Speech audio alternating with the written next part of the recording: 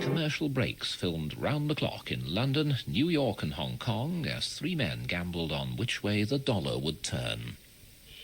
Sitting here every day, when things go badly, if you can't keep your cool at that time, you've got no chance, to be perfectly honest.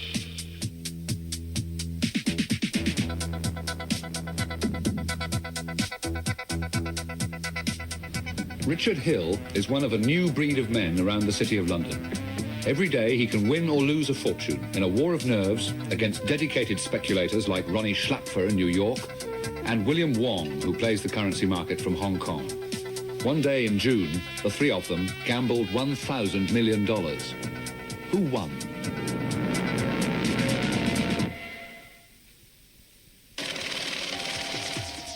Every day, currency dealers exchange hundreds of billions of dollars into pounds, marks into yen, francs into lira. Some of this torrent serves international trade, but most of it is now hot money, searching for the most profitable home. So lucrative has this business become that banks compete against each other 24 hours a day around the globe, trying to make money out of money. On June the 4th, 1985, commercial breaks filmed simultaneously in London, Hong Kong and New York, with three of the players in this game of electronic poker. In England, it's nearly midnight, and June the 4th is about to begin. Deep in the Kent countryside, Richard Hill is still hard at work, checking the market with his bank's American branch. No, but you've got to remember, the whole world is long as sterling. OK, you can hang on to early Far East, but I'll get rid of them sort of as soon as the Far East get going. I don't think you're going to make a fortune out of it. In New York, it's still only 6 in the evening. Ronnie Schlapfer speculates for himself and for 13 millionaires. Today, he's already made $200,000, but Ronnie's an addict. He'll search anywhere to make more. Listen, can you please tell me how the quotes are for sterling and Deutschmark in Australia? Yeah, in Australia now it's 3:00. In Hong Kong, it's early morning. June the 4th has already begun. Radio Television Hong Kong, the time 6:30. Trading on the European foreign exchanges was erratic and thin. Capitalist Hong Kong is living on borrowed time. Its people know that their buccaneering days may soon be over. So the pace of their favourite activity, making money, becomes ever more frantic. High up in a suburban apartment block, one of the Far East's leading currency traders has just woken up. 24-year-old William Wong comes from a family of currency traders who left China 30 years ago after the communists arrived. Wong's skills are not so much a product of education as of thousands of years of Chinese trading tradition. It's 7:45. Today there are no big news stories from Europe and America to help him decide which way the pound will go. He'll have to rely on his instinct.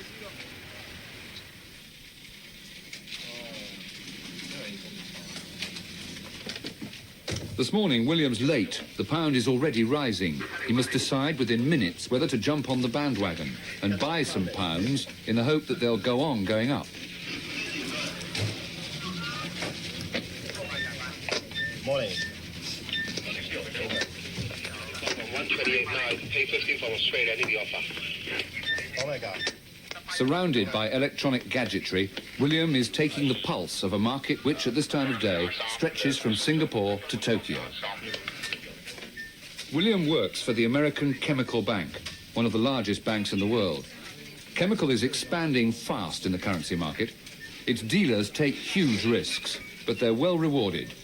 William's salary starts at £25,000, but with his colleagues on the currency dealing desk, he shares 3% of their profits. It's a hefty commission, which can double his salary if he gets it right. If he gets it wrong, William Wong faces the sack. William's in charge of trading the pound against the dollar. It's just 8:05. The pound is still rising, and William's being forced to make a decision. Omega. He buys his first £3 million with Chemical's dollars, gambling that the pound will go on up. Now that he's made his decision, he'd like to buy more. Australian. 30-40. This 24-year-old can gamble £20 million of his bank's money without asking anyone. I think the sterling will go higher. And, well, I think the market still looking level to buy sterling. So I'm looking to buy sterling too. So that's why I'm paying 30 in the brokers and to see what's going on. If nobody want to hit me, then I will go out to buy some more. Within minutes, he's back in the market, quoting a higher price, trying to help the pound up as he steadily buys more. 40-50. Sorry? Okay. 40-50 I do. He's just bought another £1 million. By mid-morning, he's up to £21 million. It could be time to get out before the price falls. 如果上翻去70幾個頭我先 sell， 而家長喺40幾個頭可以坐。個磅咧高少少要 sell 嘅，個市開咗場。call 到 3 quarter， 暫時嚟講快。call 得 3 quarter。但係邊入嚟會買磅，再買磅。風繼續吹啦。Meantime, in London, it's the middle of the night, and in Connecticut, it's late evening. Back home in a house appropriate for an international speculator, Ronnie Schlapfer's checking the news for possible impact on the markets. Good evening, I'm John Rowland. Ronnie's lifestyle depends on his ability to make money for his clients. 13 very rich individuals, each with a minimum stake of $500,000. The US is just a convenient base. Ronnie is Swiss, and his clients are spread around the world. But they'll stay with him only if he delivers. Last year, he made them an amazing 50% profit. To do so, he needs to keep at it, day and night, playing whichever markets are open. His last decision of the day is to sell his remaining Deutschmarks. Hi, Brad. I think we should go square, and why don't you sell 26 million marks, and then we have a look tomorrow. Early tomorrow, we call each other, huh? For William Wong, a quick early lunch. He's worried that the pound will fall, and he's still sitting on 21 million of them. But the dealing room is never far away. He can check the latest exchange rate on a tiny portable receiver, which he carries wherever he goes. Luckily, the pound is up a bit. Now, William has decided that the pound has peaked. It's time to cash in his chips. But by the time that he sells his £21 million, the market will realise what he's doing and the price might fall. So he needs a disguise. He enlists the help of the dealers of the other currencies. If they each sell £5 million at the same time, the other banks won't realise what's happening and William can take his profit. But they'll have to be quick. They're just waiting for his command.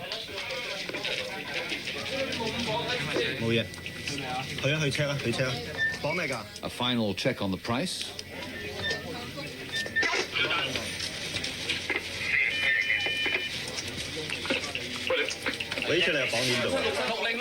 With a casual wave of 5 fingers, the first 5 million goes. The price hasn't moved yet.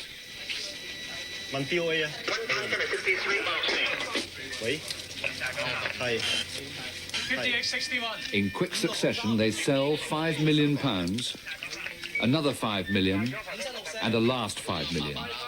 And he's out. The sting has worked. A quick check on the price. Wait. Hello. 50-55. It's already down 1/10 of a cent, but William has beaten the market. It's a good morning. This morning make $20,000 US. 100% enjoy it. Once a dealer, always a dealer. Radio 2. 5 o'clock news time. This is Nick Page. A bomb has been found on the steps of the Syrian embassy in London. A 4th man has been accused of belonging to a spy ring in the United States. Currency trading is an addictive business. His wife still fast asleep, Richard Hill is already getting his first fix of the day with a call to his bank's Hong Kong office to see what's happening. And to give a special warning of what he intends to do to the pound, for their ears only. OK, mate. Well, I wouldn't be too long with sterling because we'll probably try and bash it down when we get in. Try and look for a quick 50 or 60 points. I guess we do feel some pride in the pound occasionally, but it's not part of our job. I mean, primarily I'm there to make money, so if the pound's falling, I've got to take advantage of it.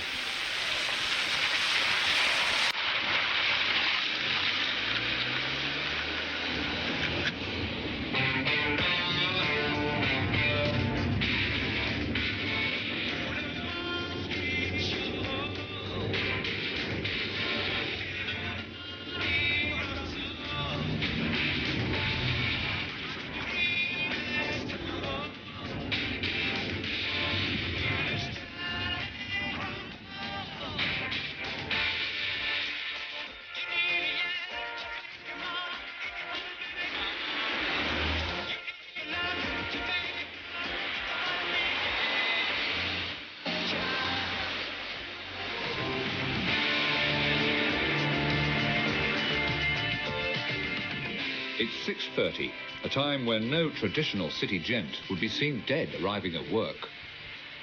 But Richard Hill is no traditionalist. More of a financial athlete than an economics scholar, he started right at the bottom in Barclays Bank. But at the age of 31, he already earns more than most of their high street managers.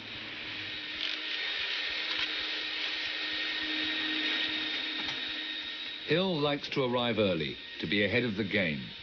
His life centres around this huge dealing room. Barclays might have a staid high street image, but when it comes to currency dealing, Richard's up there with the gamblers, and the bank loves him for it. As Barclays' sterling dealer, he sits in the hot seat on the circular currency dealing desk, surrounded by the dealers of the other currencies. I think cable will lead the way down against it. Cable down to dollar mark to 306. Where's that? Check. Barclays treats its dealers differently to the American banks. They get no commission, but then they aren't sacked if they get it wrong. Just a gentle push sideways. Sorry? 75.80 dollar mark. Sometime this week, but it's a matter of time. 75.80. But they're still hungry to make money. Working with tiny margins on hundreds of millions, these 8 young men squeeze every penny they can out of the market. Last year, Barclays Bank made over £100 million profit just from foreign currency dealing. It was lower. Makes any difference. Just like 25. At the start of the day, all the banks in the world are party to the same information. It's a question of whether you make the best use of the information given you know. It doesn't look like there's much of a trend at the moment, so as I say, we'll just play the market on people's positions, really, and take a bit of profit out of it. That still means bashing the pound this morning. So with London still mostly asleep, he calls Barclays Hong Kong on his computerized dealing screen. What's cooking, he asks. And he then tells them that he wants to sell some sterling. And the amount? 10. Their shorthand for £10 million. Barclays Hong Kong spread the word, trying to tempt other banks into buying. It's early afternoon, and William, flush from his morning success, is a likely candidate. He decides to call Barclays London direct to find out their latest price.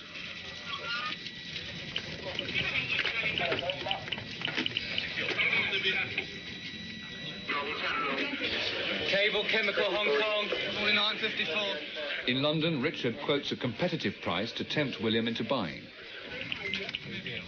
And William falls for it, buying £5 million. Lose 5. 5 million of Barclays pounds have just travelled to chemical Hong Kong. As Richard sells more, the price falls.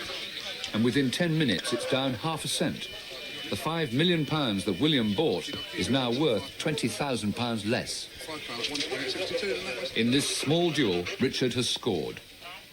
William is gracious in recognising a competitor's skill. Well, it's good dealers. This one is quite good. Why do you say that? Well, sometimes you can see his scream, he can lead the market.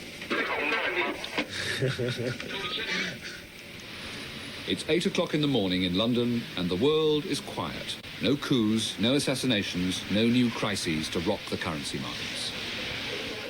Now Richard's boss, Chris Pavlou, has arrived. I fancy a bacon sandwich, don't you? Go on, man. You bacon sandwich? I have a decent cup of chocolate. Eh? Yeah. Are you going to organise it then? Chris Pavlou used to be one of the world's biggest sterling dealers, but now, pushing 40, he knows he's too old for the game that he loves. There's nobody on that desk. It's over 35.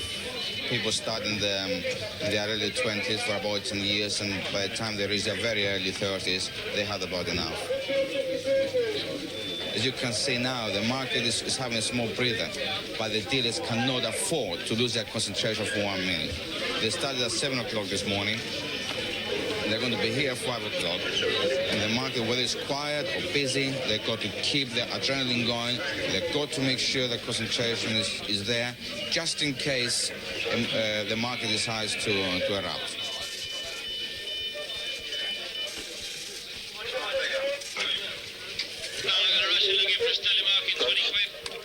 Now, with Richard's opening gambit over, an even bigger player is entering the market, trying to buy £20 million with its Deutschmarks. Perhaps it needs these millions to buy a lot of British goods. But more likely, the Russian, otherwise known as Boris, in reality the Bank of Foreign Trade, Moscow, is speculating that the pound will rise. Richard calls Moscow direct to find out what's going on, prefacing his message with the customary, hi, friends. They could easily be bluffing him. They could be buying a little to push the price up before selling a lot. This might be the right time. John, I think the Russians buying sterling marks elsewhere now. But Richard guesses that they must be buying from other banks too, in a big operation, as the pound begins to rise. Thanks. Hear that? Richard thinks Boris is buying sterling marks elsewhere. So he decides to risk jumping on their bandwagon, using the other traders to ring out and get prices so they can hit the market with tens of millions as quickly as possible. 50-55. I'm going to go and buy a bit of sterling. Looks like everybody in the market might be a bit short of sterling. It doesn't want to go down. 58.63. Take 5. His first £5 million, and with each wave, he buys another £5 million. Quickly, it's going to go up in a second. 58.68. A grimace as the price rises. 57.64. Take 5. 57.64. Take 5. What positions am I running for? 58.63. Take 5. 58.65. Take 5. That'll do. That'll do. He's bought £35 million. 27.82, Richard. The market is short. Who's not Citibank? Richard and the Russians between them have helped the pound up ½ cent. But now taking the profit proves irresistible, so Richard starts selling. If you're looking for an offer, you've got it. Looking for an offer, you've got to sell him at 80, 85. How many years? 20 points probably. Between 80 and 90, I want to sell. Sorry. 1995. Yours. Yes. 87.97. A brief speculative bubble has burst, but Richard has won again. As you saw, we bought £35 million. We went up 30 points. We decided to take our profit. So how much money did you make on that little bubble? I don't know, to be honest. Okay, we can get it covered.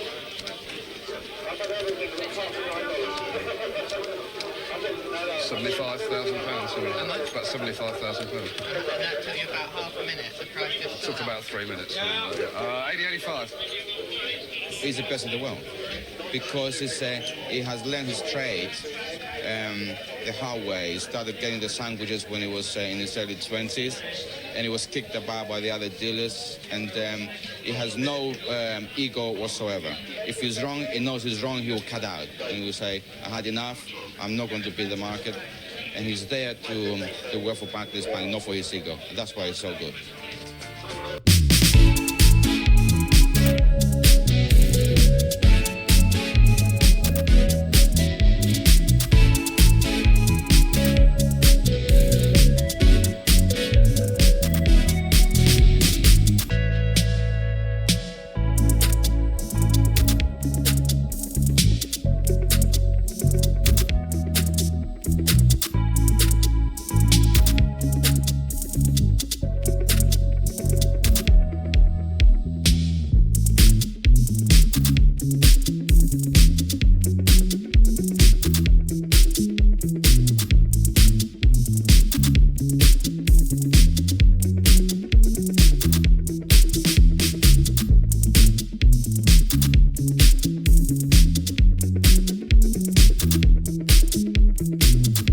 from Davos, Switzerland, is at work 17 floors above 3rd Avenue, Manhattan. Unlike Richard and William, Ronnie's dealing room is his own, and his business is 100% pure speculation. Sure. How do you guys see the dollar? He works with a partner, ex-Harvard man, Brad Westerfield. With their 2 young assistants, they spend most of the day sitting and waiting for the right moment to plunge in and buy. Can you talk to Mike? The thing is, if it breaks this level, I'm going to wind up hitting like a 303.90. Don't pay higher than 90. Don't pay higher than 90, okay? This morning they think Deutschmarks look good, so they're buying already. We used to be more aggressive, but the market changed completely. So at the moment, the way we trade, we just wait, and when we see a situation, then we jump in. Very fast, very quickly. Okay. And then it has to be right. If it's not right, we cut it, and then we stay away again. At 45? Oh, that's fine. Yes. Okay, thank you. Bye. No, I got 45. 23.5, okay? By currency dealer standards, Ronnie works long term. He might even keep his marks until tomorrow. In London, some important financial news is due in under half an hour. The latest money supply figures will almost certainly have an effect on the pound, but nobody knows which way. Richard is gambling that they'll send sterling up, so he's bought 20 million.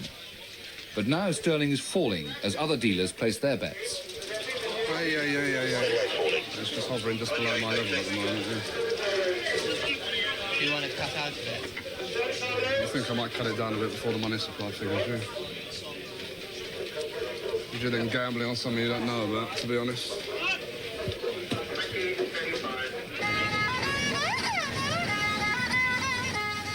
In Hong Kong, William is out celebrating another good day.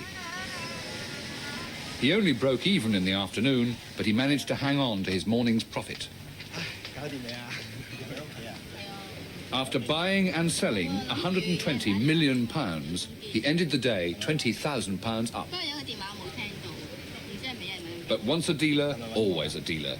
William likes to keep in touch, day and night. 60. Those money supply figures are due out any moment. 50 again now. 50 again. In London, as the price wobbles, tension is mounting. Okay. You turn these figures around in about 2 seconds. Above 0.5% and the pound should rise. Below, and he'll be in trouble. What? Upper half money supply? Oh, that's the top right. It's bad news. He wants to sell, but this time he doesn't succeed in beating the fall.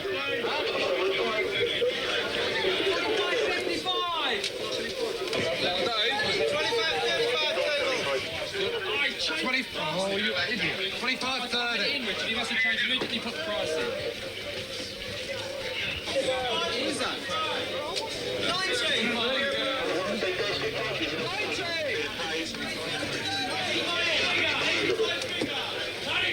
70.75, cable! Oh, it's even lower. Position will be taken up by half a customer. What? 75, 80. 75. 60-70. In New York, it's now nearly noon, and they're already jumping into the market again, but not because they want to. Hi, this is CMI. Can I have a dollar mark, please? While Richard can hang on, they're being forced to quit as their marks fall. 95. Yeah, at 90, 32. Those other people that I told you about. Yeah. And those are the ones This who... bank is playing around, he says. Just checking around the market now, we found out some Eastern Bloc countries were buying dollars and selling pounds very aggressively. And so basically we're just forced out of the position. That's something we have no control over, and we had to take a loss. We took about an $80,000 loss. If we hadn't gotten out of it so quickly, it would have probably been a loss $130,000, $150,000. And it's just one of those things you have no control over, and we just try to take our losses quite quickly. With the kind of trading we've done this morning, it's ready to be at lunch. Is market moving today? It's just erratic, up and down and choppy. Ronnie and Brad's loss for the day so far totals $70,000. Now they're out at lunch, wooing a prospective client. An inevitable question soon comes up. One of the very touchy areas that the Middle Easterners usually ask is the fee structure. Could you sort of elaborate on that a little more? Yeah, of course, there is a fixed management fee. And then we have an incentive fee, performance fee, yes. Which we charge once a year. Now that cuts in when you reach a certain figure, I suppose. Right. That's on a graduated scale, which basically amounts to levels around 20-25% of the profits. So the fees are, of course, a little bit high, but... Sure, but the growth is so dynamic that I think the fees are sort of overshadowed by... Don't forget we work 24 hours. Right. Good night, Neil. In the 10 exhausting hours that Richard's been at work, the pound has moved up and down 2 cents. He's made just under £100,000 for the bank, buying and selling 750 million of them. How does he feel about handling such huge sums? Oh, no, really. To be honest, I never really thought about it, because you do it every day. It just comes naturally. But surely his antics affect the pound. Long term, we can't have that much influence on the market. I mean, it depends so much on commercial demand. Day to day, we can probably move the rate our favour, but as I say, nothing dramatic long term.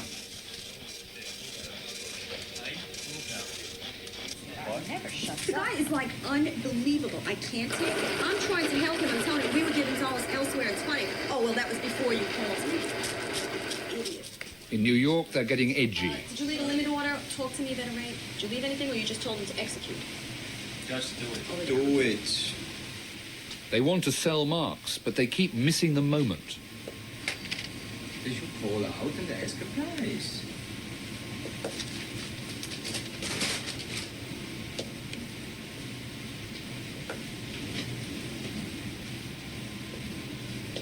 $30 bid and given. Okay, we pay 30. All right, raise my bid to 30. I'll pay 30. But this late afternoon trading is just it's getting to be a casino. So whoever buys the next, buys or sells 100 million, it just moves it one big figure, and it means nothing, you know. I mean, as far as the next 24 hours. Just makes everybody run. They get in, they get out. Always at the bottom of the top, and. It's unbelievable. Okay, I'll leave it.